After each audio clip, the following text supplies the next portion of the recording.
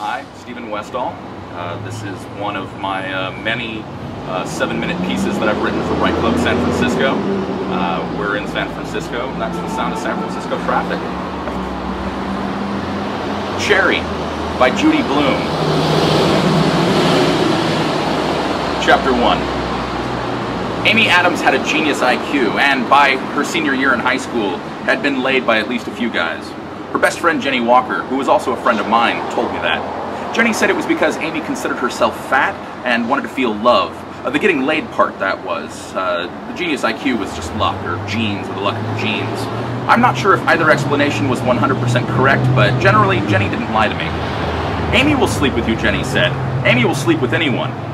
What an odd thing for someone to say about their best friend, I thought, but they were best friends, so it must be true. I quickly put my concern for social misconduct out of my mind, and I refocused on the task at hand, popping my cherry. Jenny Walker was my new best friend, even if she didn't know it yet. Here I was, the new kid at school, and she was the first and only other student to say a nice word to me on my first day of classes. I had just transferred in my last year of high school and as the new senior, and I was eager to replace the friends that I had been forced to leave behind. Because our last name started with the same letter, W, we were seated next to each other in first period English, and in every other class with a seating chart that we shared. By the time we reached fourth period art, that first day with the class's open seating plan, she and I simply chose to sit next to each other, and that was that. Jenny was pretty and petite, with blonde hair and a boyish bob. She had the skinny frame of a girl who ate too little, and the soulful eyes of a woman who'd seen too much. Her talent for writing and drawing came naturally to her and was nurtured by long hours alone in her bedroom with her books and her pens. She was quiet and reserved. Her friend Amy, on the other hand, as I would discover at lunch that day, was a thick girl with long, brown, dark hair past her broad shoulders and a pair of tig-old biddies, as she'd like to call them, loudly, almost too loud. Everything Amy seemed to do was slightly too loud, too big, too exaggerated. Seemingly mismatched, this strangely balanced, odd couple, the quiet and the loud, the light and the dark, the small and the large, my new best friend and her best friend. We sat down for our very first lunch together. Chapter 10. Amy and I had been boyfriend and girlfriend for months, but I was still a virgin. Sure, we'd make out for hours on end, dry humping until pre-cum stained not just my underwear but my jeans as well. And she'd let me finger bang her until my arm got tired and I had to switch from right to left. And yes, once or twice she would awkwardly take my penis into her mouth and attempt a blowjob, but I think she'd gotten hung up on that word blow and didn't know how to suck. And who was I to teach her? I'd never received head before in my life. I was just grateful that someone was willing to touch my naughty bits other than me. I had a girlfriend who was not a virgin, and yet my cherry remained intact. Silly, thinking back on it now, that oral sex, the upper persuasion of the lower invasion, it doesn't count as a sex act when you're taking stock of carnal accomplishment. I mean, sure, I could brag about getting anticlimactic mouth action on the weekends, but the virgin stigma shone brighter and further than the faint glow of bad blowjobs. Why aren't we having sex? I would ask her, frustrated by yet another developing case of blue balls.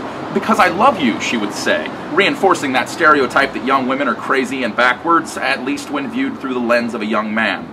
I want sex with you to be special, meaningful. Was it special and meaningful with the other guys before me?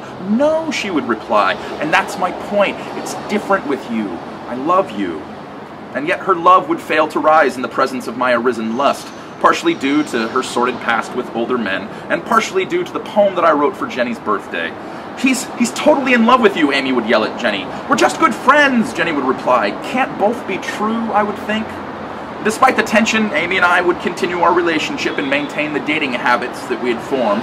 Coffee at the Caribou down the street from school, a trip to the media play at the mall to shoplift a few dozen CDs, a trip to the CD go-round on the other side of the mall to sell most of the CDs that we had just stolen, and then, if the mood struck us, a little dumpster diving at the Salvation Army donation station and recycling center. We both liked to make collages from old magazines, and we both liked getting our thrift store junk for free. It was there, in the belly of a 30-cubic-yard dumpster, the kind that fits on the back of a semi-truck, half filled with our neighborhood's old abandoned magazines and newspapers, that it finally happened. I don't recall what prompted the make-out session, chalk it up to teenage hormones, but there we were, going at it like horny beasts, when one thing led to another, the first one thing being that her pants came off a little bit, but not down, just for a little better finger blasting action. And the second first thing being that my pants came off a little bit too, for a little tug job.